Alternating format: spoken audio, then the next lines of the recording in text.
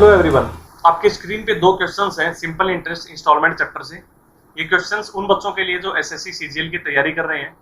आप एक बार इन दोनों क्वेश्चंस को पढ़िए और देखिए क्या अंतर है इन दोनों क्वेश्चंस में। एक माइन्यूट सा अंतर है इनकी स्टेटमेंट में, जो कि इन दोनों क्वेश्चंस को कंप्लीटली डिफरेंट बना देता है। तो तब तक मैं अपने बारे में बता दूं, मेरा नाम सुमित श्योरान है। मैं सीजीएल 15, 16, 17 में सिलेक्शन ले चुका हूँ और सीजीएल 18 के भी डॉक्यूमेंट वेरिफिकेशन बाकी है। और एट प्रेजेंट मैं जोधपुर में इनकम टैक्स में as a senior tax assistant काम कर रहा हूँ।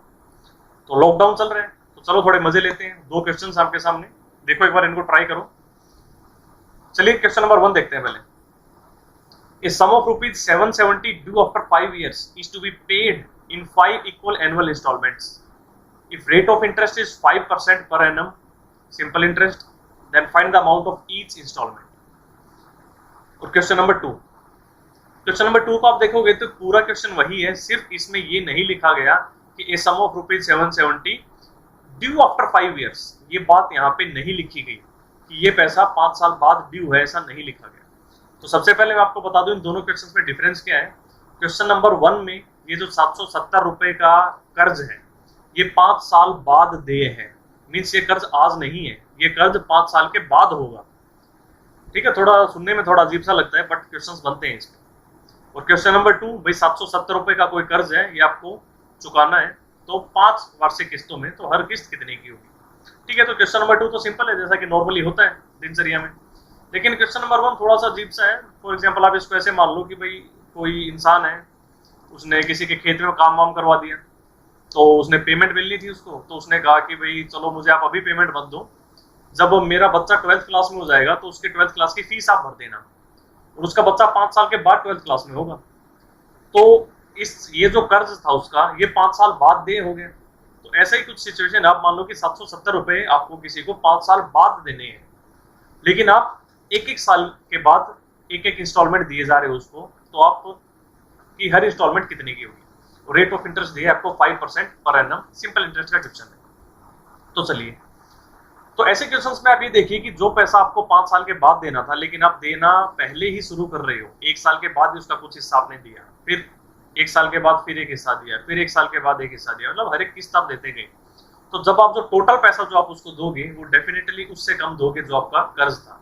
ये कर्ज 770 रुपए का था, तो आप जो उसको टोटल रुपीज दोगे, जो सारी किस्तें मिला के जो पैसा बनेगी, वो 770 से तो डेफिनेटली कम होंगे, क्योंकि आप उसे पहले ही पैसा देने लग गए। तो इस ऐसे क्वेश्चंस को आप इस प्रकार अप्रोच कीजिए कि मान लो कि मेरी पहली किस्त जो है वो 100 रुपए की थी, मीन्स मेरी हर किस्त 100 रुपए की थी, मैंने मान लिया। तो ये जो मेरी पहली किस्त गई 100 रुपए की, ये 1 साल के बाद गई, इंस्टॉलमेंट 1 साल के बाद गई। और एक्चुअल में ये पैसा जाना कब था? 5 साल के बाद। तो मैंने 4 साल पहले ही उसको दे दिया पैसा। ये पैसा मैंने उसे 1 साल के बाद दे दिया। देना कब था? 5 साल के बाद। तो यानी 4 साल पहले मैंने उसको पैसा दे दिया। तो ये 100 रुपए 4 साल तक ऐसे ही पड़े रहेंगे उस बंदे के पास, मैंने तो पहले ही दे दिया ना उसको। तो जब ये ऐसे ही पड़े रहेंगे तो भैया ब्याज तो मैं उससे लूंगा ना वापस।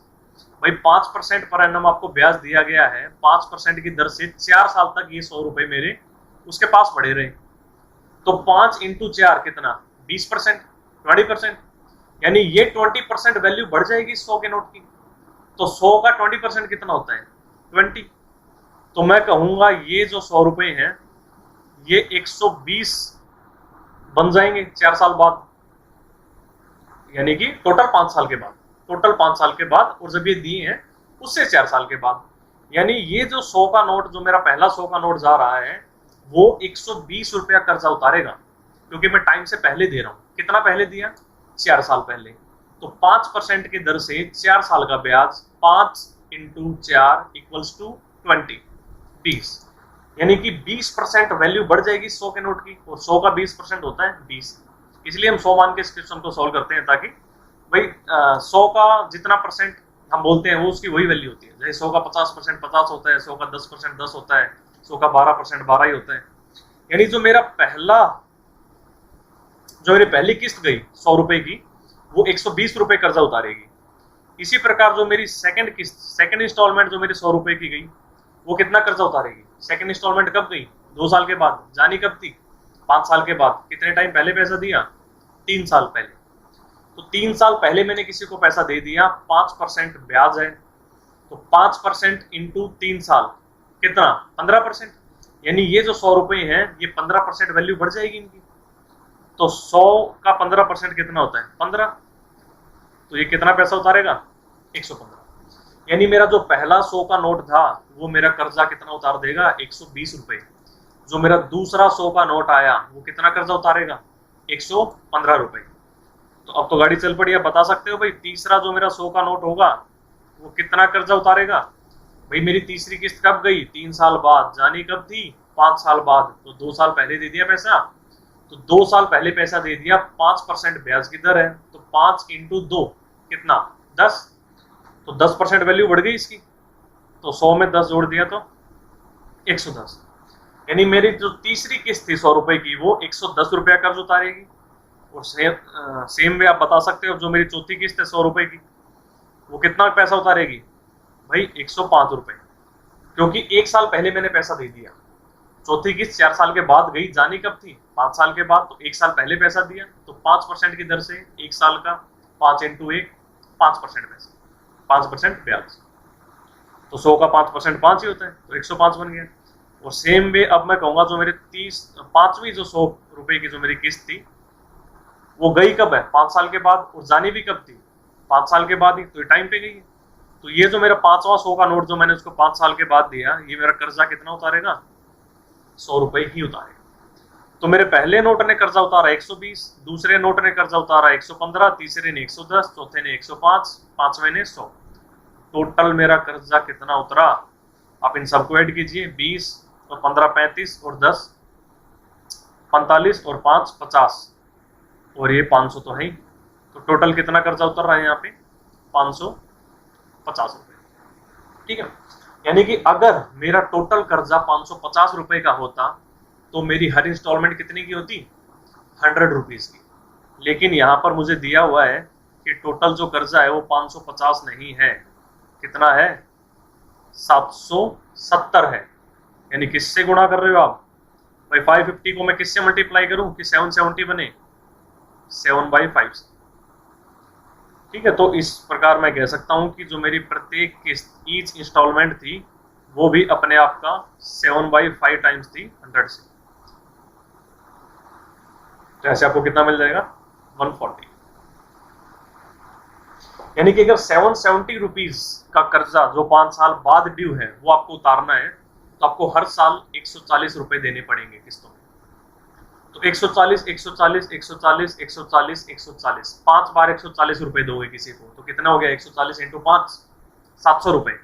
अब देखो कुछ सेंस बन रहा है, आपने 770 रुपए किसी को चुकाने थे लेकिन चुकाए कितने 700, क्यों, क्योंकि आप टाइम से पहले चुकाने लग गए थे उनको। तो ऐसे क्वेश्चंस में जब आपका जो सम है, जो आपका कर्ज है वो फ्यूचर में ड्यू हो यानी भविष्य में दे हो, अगर इसी की मैं हिंदी स्टेटमेंट की बात करूं तो हिंदी में आपको इस प्रकार दिया होता कि 770 रुपए का कर्ज जो 5 साल बाद दे है तो 5 वार्षिक सालाना किस्तों में चुकाना है। यदि ब्याज की दर 5% प्रति वर्ष है साधारण ब्याज से तो प्रत्येक किस्त का मान बताएं। तो इंग्लिश में आपको मिलेगा ड्यू आफ्टर 5 इयर्स या due after dash dash years, और हिंदी में मिलेगा भाई इतने वर्षों बाद दे है। तो इस क्वेश्चन नंबर 1 का हमारा आंसर हो जाएगा ऑप्शन ए 140 रुपीज। अब आ जाओ क्वेश्चन नंबर 2 पे। देखो क्वेश्चन नंबर 2 में ये जो 770 रुपीज का जो आपका कर्ज है ये आज ही ड्यू है और आपकी पहली किस्त कब जा रही है 1 साल बाद। आप लेट पैसा दे रहे हो, आपको पैसा आज ही देना था लेकिन आप दे कब रहे हो 1 साल बाद, दूसरा किस्त 2 साल बाद, तीसरी किस्त 3 साल बाद, यानी आपकी हर किस्त आप लेट दिए जा रहे हो। तो डेफिनेटली आप जो टोटल रुपए जो आप उतारोगे वो 770 से ज्यादा उतारोगे। तो एक तो ऑप्शंस देख के यहाँ पे साफ पता चल रहा है कि जब ऑप्शन ए जैसे 140 दिया है तो 140 रुपीज में किसी को 5 बार दूंगा तो 700 रुपए ही उतरे। 120 रुपए 5 बार दूंगा 700 से कम होंगे डेफिनेटली, कितना मिल रहा है 600। 130 रुपए दूंगा 5 बार तो 650। तो भाई डेफिनेटली 175 ही इसका आंसर है।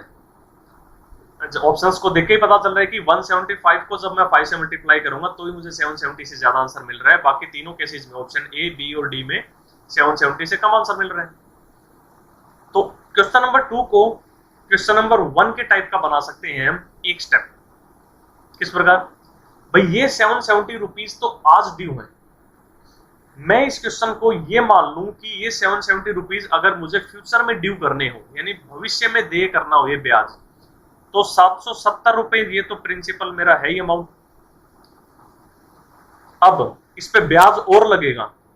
5 साल बाद अगर मैं इसको ड्यू कर लूं तो 5 साल तक 5% रोज ब्याज दूंगा मैं, सॉरी हर साल ब्याज दूंगा। तो 5 इंटू 5 कितना, 25% ब्याज लगेगा इस पे। तो 25% ब्याज लग जाएगा 770 रुपए पे। तो 770 इंटू 25 अपॉन 100, ये मेरा अमाउंट हो जाएगा 5 साल के बाद। अगर मैं 5 साल तक कोई किस्त न दूं इस बंदे को, तो ये जो 770 रुपए हैं ये कितने बन जाएंगे, 770, ये प्रिंसिपल तो रहेगा ये, प्लस इस पे ब्याज और लगेगा 5% इंटू 5 साल तक, तो 25% ब्याज। तो ये आप इसको काटोगे तो आपको ये कट जाएगा 4 पे। 4 से काटोगे 770 को, तो 4 1 जार 4, 37 बचा, 4 9 जार 36, 10 बचा, 2.5। तो 770 प्लस 192.5, ये आपको आंसर मिल जाएगा 962.5। अब ये क्वेश्चन बिल्कुल क्वेश्चन नंबर 1 जैसा बन गया कि 962.5 रुपीज मुझे किसी को चुकाने हैं 5 साल बाद, लेकिन मेरी पहली किस्त 1 साल बाद गई, दूसरी 2 साल बाद, तीसरी 3, फिर 4, फिर 5, यानी मैं कुछ पहले ही पैसा देने लग गया उसको। तो जो मैं टोटल पैसा जो उसको दूंगा वो 962.5 से कुछ ना कुछ कम ही दूंगा, क्योंकि टाइम से पहले पेमेंट करनी स्टार्ट कर दी मैंने। तो अब ये क्वेश्चन डिट्टो वैसा ही हो गया क्वेश्चन नंबर 1 जैसा। आप ये सारे के सारे स्टेप यहाँ पे लिखोगे। भाई मैं कहूंगा मेरी जो पहली किस्त 100 रुपए की है वो पैसा उतारेगी कितना, 120। दूसरी किस्त जो 100 रुपए की है वो पैसा उतारेगी 115। जो मेरी तीसरी किस्त 100 रुपए की है वो पैसा उतारेगी 110। जो मेरी चौथी किस्त 100 रुपए की है वो पैसा उतारेगी 105। जो 5वीं किस्त 100 रुपए की है ये पैसा उतारेगी 100 रुपए। तो इस प्रकार मेरा टोटल पैसा कितना उतर रहा है, 550 रुपए। अगर हर किस्त 100 रुपए की हो तो टोटल मेरा कर्जा कितना उतर जाएगा, 550। लेकिन 550 न देके आपको कितना दिया गया है, 962.5। तो आपकी जो प्रत्येक किस्त है, ईच इंस्टॉलमेंट, वो भी कितनी होगी भाई, 962.5 डिवाइडेड बाई 550 एंड इंटू 100। ये 0 से 0 उड़ गया, ये 0 इस पॉइंट को उड़ा देगा। सो 9625 डिवाइडेड बाई 55। तो पहले 5 से काट लो इसको, 5 से काटोगे तो कितना, 11। 5 से काटोगे तो इसको कितना भाई, 5 1 जा 5, 46, 5 9 जा 45, 12, 5 2 जा 10, 25, देन इज 5। तो 1925 अपॉन 11। अब 11 से डिवाइड करो 1925 को, 11 1 jar 11, then 82, 11 7 jar 77, then 55, 11 5 jar 55. So 175, that is option C is your answer. So I hope ये डिफरेंस आपको समझ में आया होगा। जब सिंपल इंटरेस्ट इंस्टॉलमेंट का कुछ इस प्रकार से क्वेश्चन हो, एक तो आपको फ्यूचर में अमाउंट ड्यू है और एक आज ही ड्यू है, तो इन दोनों के अलग अलग अप्रोच कैसे होगी। आई नो कुछ बच्चे कह रहे होंगे कि इसका एक फॉर्मूला भी है, चलो मैं आपको फॉर्मूला भी बता देता हूँ। तो लेकिन एक बात ध्यान रखना, ये फॉर्मूला सिर्फ और सिर्फ तब लगेगा जब आपका अमाउंट जो है वो फ्यूचर में ड्यू हो। तो इंस्टॉलमेंट का फॉर्मूला मैं आपको यहाँ लिख देता हूँ आपको। अगर अमाउंट फ्यूचर में ड्यू है तो आप बिंदास से फॉर्मूला लगाइए, instalment is equal to 100 into A आपका वो अमाउंट है जो आपको पैसा चुकाना है, जैसे इस केस में 770 रुपीज है, डिवाइडेड बाई 100 इंटू टी होगा आपका साल, कितने साल के लिए है, then plus R into T minus 1, और सिर्फ ये अकेला डिवाइडेड बाई 2, ये आपका होगा इंस्टॉलमेंट। जैसे क्वेश्चन नंबर 1 में आप इस ए की जगह रख दो कितना, 770, टी की जगह रख दो कितना, 5 साल की बात हो रही है, आर की जगह भी कितना 5, रेट ऑफ इंटरेस्ट 5% है, फिर टी की जगह कितना 5, और फिर इस टी माइनस 1 की जगह 4, और ये डिवाइडेड बाई 2। यहाँ से आपको सीधा आंसर मिल जाएगा 140 रुपीज। और आपको क्वेश्चन नंबर 2 में अगर इस फॉर्मूले का इस्तेमाल करना है तो अब आप ए की जगह कितना रखोगे, भाई ए की जगह रखोगे 962.5। अगर आपने सीधा 770 रख दिया तो आपका आंसर गलत आ जाएगा। तो एग्जाम में आपको ध्यान रखना है कि अगर फ्यूचर में अमाउंट है जो है वो ड्यू है तो आप बिंदास ये फॉर्मूला डायरेक्ट लगा सकते हैं, और अगर अमाउंट आज ही ड्यू है तो आप इसको पहले फ्यूचर में ड्यू बना लीजिए, जैसे हमने क्वेश्चन नंबर 2 में बनाया। तो प्रैक्टिस के लिए आपको एक क्वेश्चन और दे रहा हूं मैं, क्वेश्चन नंबर 3 और क्वेश्चन नंबर 2 लिख दिया यहाँ पे गलती से, इस 2 को आप 4 समझिए। अब ये भी दोनों क्वेश्चन सिर्फ उतने ही अलग हैं जितने क्वेश्चन नंबर 1 और 2 थे। भाई क्वेश्चन नंबर 3 में कह रहा है 9270 रुपीज है जो कि 3 साल बाद दिए हैं, they are due after 3 years. इनको 3 इक्वल एनुअल इंस्टॉलमेंट्स में चुकाना है। सो रेट ऑफ इंटरेस्ट आपको दिया गया है 3% पर एनम। तो ईच इंस्टॉलमेंट बताएं कितनी होगी। चलिए इसको फटाफट कर देता हूं आपके लिए। सेम वही अप्रोच रखोगे आप, या तो एक तरीका ये है कि आप direct instalment equals to by 100 into A divided by R into T, sorry R T नहीं,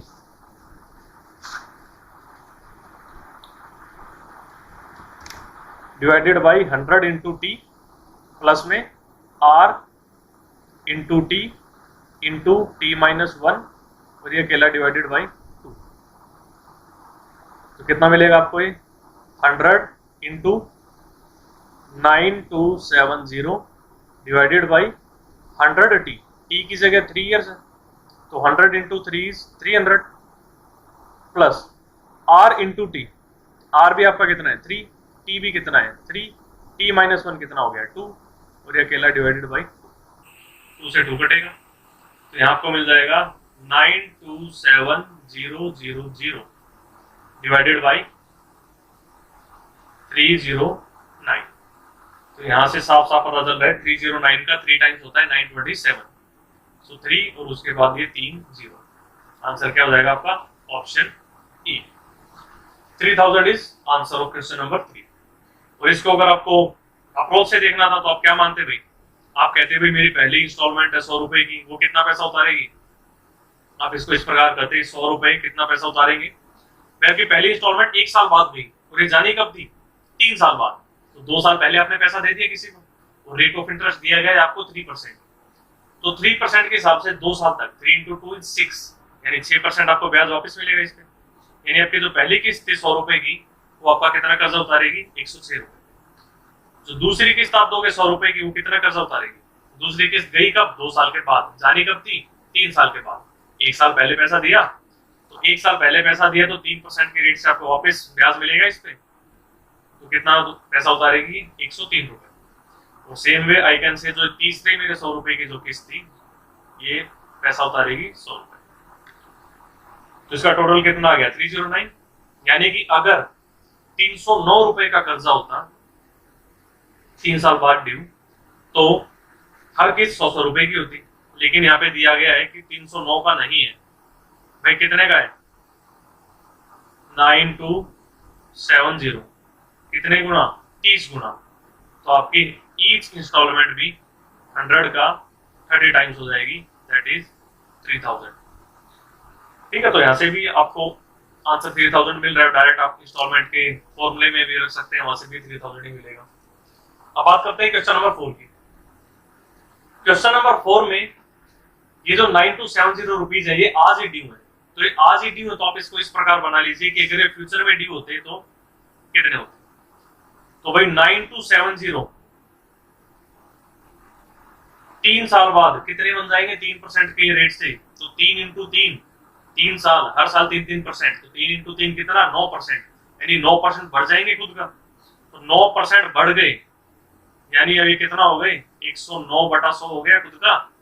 भाई 9% बढ़ना यही होता है 109/100 हो जाना। तो जब आप इसको सोल्व करोगे तो यू विल गेट 10104.3।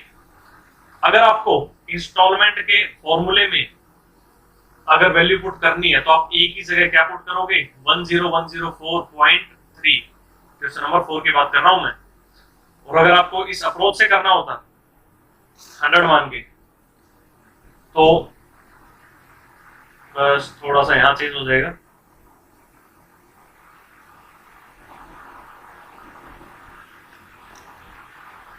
तो भाई 309 की जगह आपको कितना दिया हुआ है 10104.3, तो 100 की जगह कितना हो जाएगा, I will say 10104.3 divided by 309 and into 100।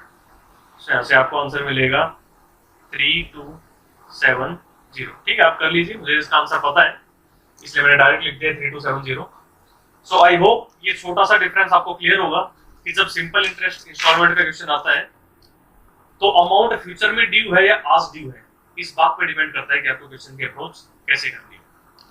चलिए आज के लिए इतना ही, अगली बार कुछ और लेके आऊंगा आपके लिए। ओके, टाटा, सत श्री अकाल, बाय बाय।